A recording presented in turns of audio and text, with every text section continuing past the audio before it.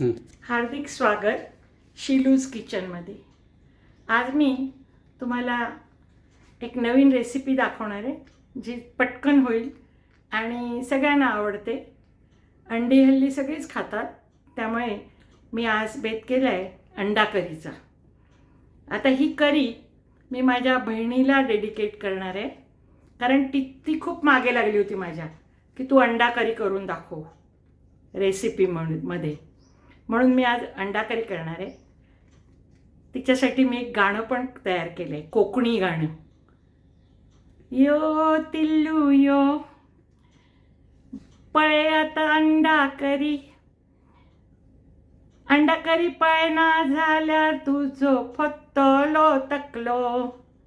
यो तिल्लू यो अंडा करी जाय पहिलो, अंडा करी करीना झाल्यार तुझो फत्तलो तकलो। सगळे आपण घेणार आहोत पदार्थ। हे मी कांदा भाजून घेतलाय, थोडंसं तेल घालून परतून घेतलाय। हा जवळजवळ एवढ्या साईजचे 2.5 कांदे। हा कांदा बारीक चिरून घेतलाय, हा फोडणीसाठी ठेवलाय मी। आता आपण मसाला काय घालणार तो पाहूया।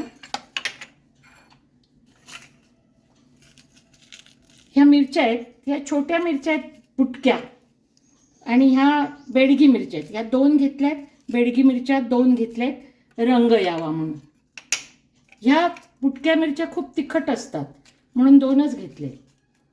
हे धणे जवळजवळ 2.5 चमचे छोटे हे धणे घेतले। थोडीशी खसखस घेतली 1 चमचा, 1 लवंग घेतले आणि 3 मिरी घेतलेत। हा खोबऱ्याचा, आपण खोबरं जे घेतो ओलं ते घेतलं, हे मी आता भाजून घेणार आहे।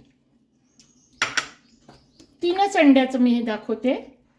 3 अंडी घेतलीत मी ही, आणि ती धुण्यासाठी म्हणून मी पाण्यात घालून ठेवली। ओलं खोबरं मी 1-2 चमचे छोटे चमचे तेलावर आता हे परतून घेते। थोडं ब्राऊन झालं का मी हे काढणार आहे।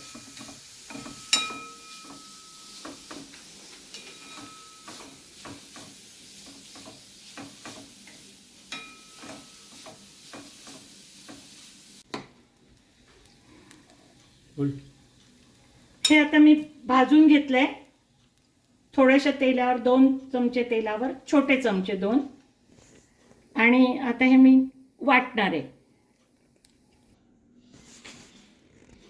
थोडं तेल घेतलंय मी। आता आपण 1 चमचाभर तेल घेतलंय, त्याच्यात मी हे धणे टाकते भाजायला, खसखस टाकते, आणि हे झालंय। आता मी हे सगळं एकत्र करून वाटणार आहे। आपण आधी खोबरं वाटायला घेऊ।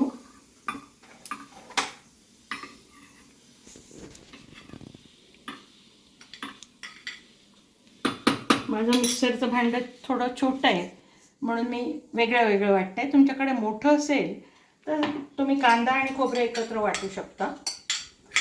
मसाला हा घालून आपण जो तयार केलेला आहे तळलेला।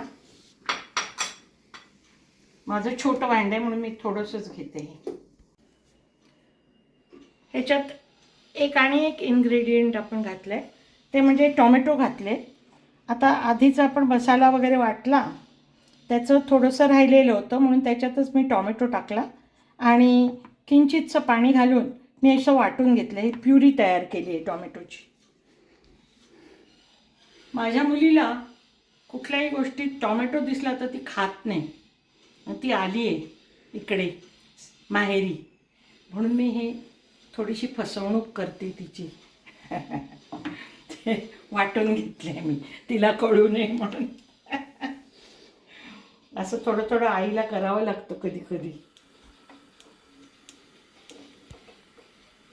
साधारण या पॅनमध्ये मी 2 चमचे तेल घेतले फोडणीसाठी.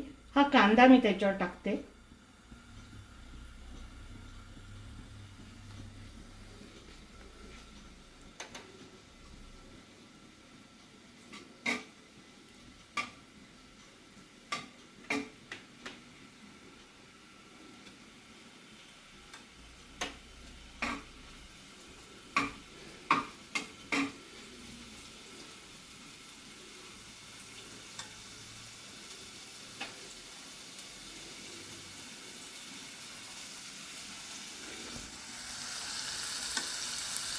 फोडणीला कांदा घातलाय थोडा.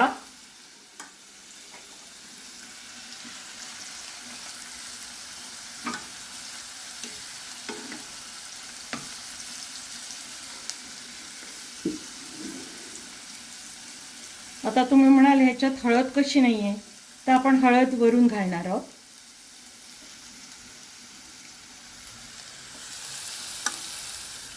थोडासा हा ब्राऊन झाला कांदा की मग मी हा वाटलेला मसाला सगळा त्याच्यात टाकणार आहे.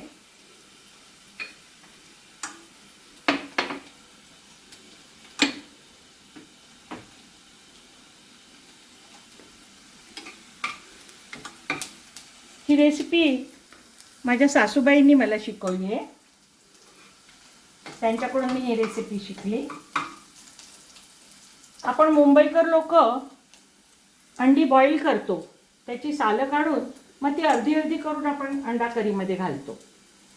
पण त्याच्यामुळे मला असं वाटतं की त्या अंड्याचा स्वाद त्या करीला येत नाही.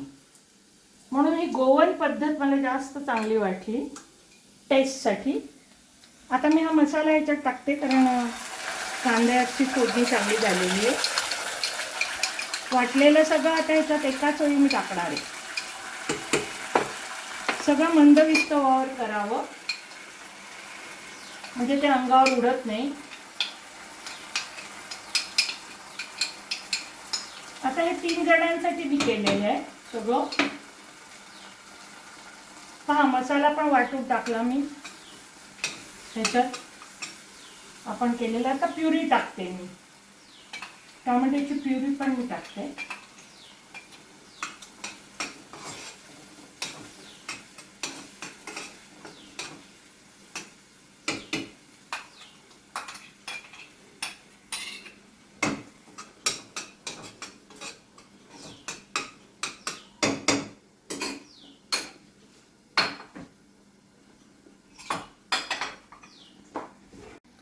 एक चमचा छोटा हळद घातली.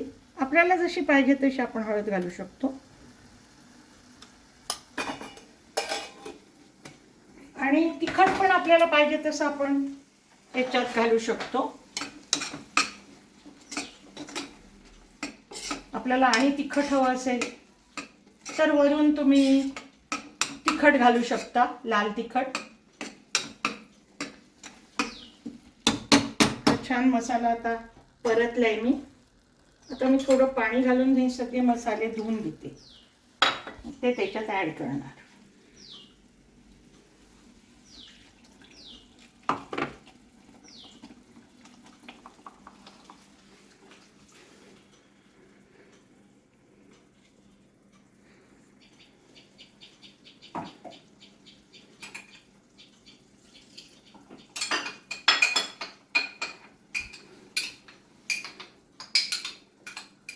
हे सगळे जे आपल्या काचेच्या भांड्याला चिकटलेलं जे आहे ते मी पाणी घालून ते सगळं धुवून घेतलेलं आहे.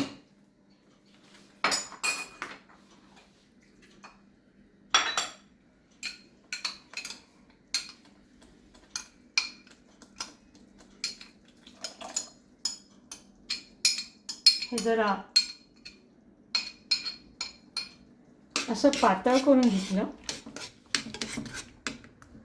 मला वाटतं आणि थोडं पाण्याची आवश्यकता यायला. आता मी त्याला मीठ ॲड करणार आहे. चवीनुसार आपलं मीठ घालावं.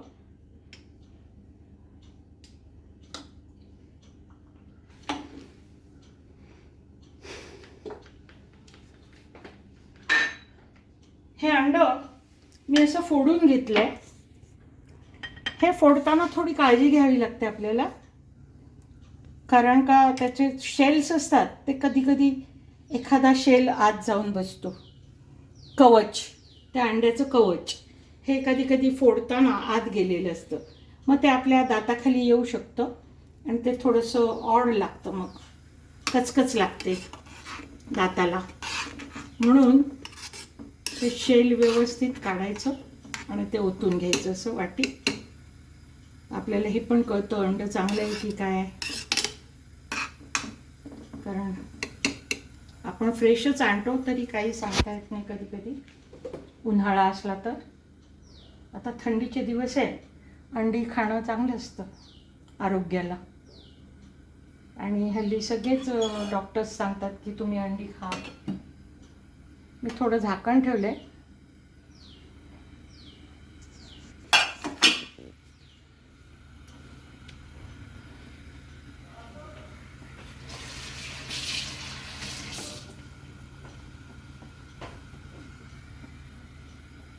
थोडं पाणी ॲड करते.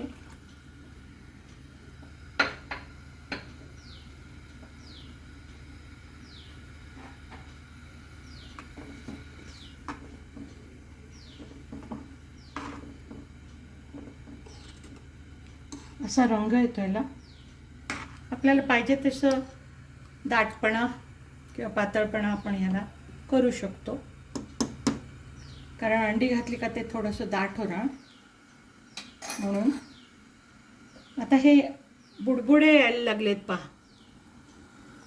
आता काय करणार आहे मी, गॅस थोडा बारीक करणार आणि हे जिथे बुडबुडे येत आहेत ना तिथे मी हे अंड टाकणार आहे, फोडून घेतलेलं. आता हे अंड थोडंसं शिजायला ठेवणार झाकण ठेवून, एक 5 सेकंद. मग मी ते थोडंसं घट्ट झालं ते अंड की मग दुसरं टाकणार मी. पहा, एक अंड आपण टाकलं ते असे आता बाकीच्या ठिकाणी पण बुडबुडे यायला लागले. आता मी हे दुसरं अंड टाकणार आहे एका साईडला. त्याच्यावरच टाकायचं नाही, आधीचं अंड जे टाकलं होतं त्याच्यावर दुसरं नाही टाकायचं, दुसरं वेगळ्या ठिकाणी टाकायचं. परत आपण झाकण ठेवायचं त्याच्यावर थोडं 3-4 सेकंद.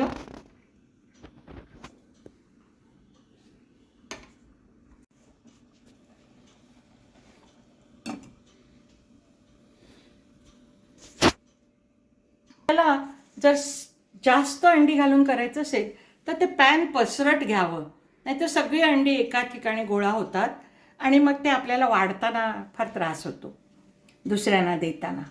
प्रत्येकी एक अंड असं आपण साधारण करतो, असा हिशोब आहे माझा. तर काही काहींना 2-2 लागतात, मग जास्त मोठ्या प्रमाणात करावं लागतो. तर तेव्हा पसरट पॅन घ्यावा आणि मग त्याच्यावर हे करावं, म्हणजे मग ते एकत्र नाही होणार. आता हे दुसरं अंड जवळजवळ शिजत आले. आता मी हे तिसरं अंड टाकते.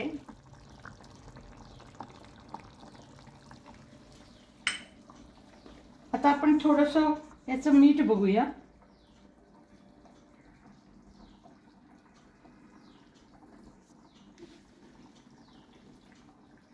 हां, मीठ थोडं कमी आहे, मी आता मीठ ॲड करते.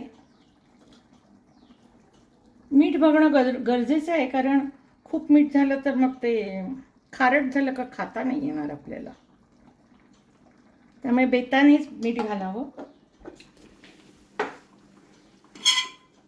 आता परत मी झाकण ठेवणार आहे आणि 1-2-3 सेकंद थांबणार आहे. हे पहा, ही अंडा कढी तयार झाली. हे अंड आहे एक, छान बॉईल झालं ते, आणि त्याची आता मी चव घेऊन थोडी पाहते. हे छान शिजलं आहे. आता हे पहा, त्याचं मधलं बलक जो असतो तो शिजला आहे. आता मी खाऊन पाहते कशी झाली चवीला. मस्त, एकदम छान. तुम्हालाही आवडेल, नक्की करून पहा. Thank you. Thank you for watching and please like and subscribe.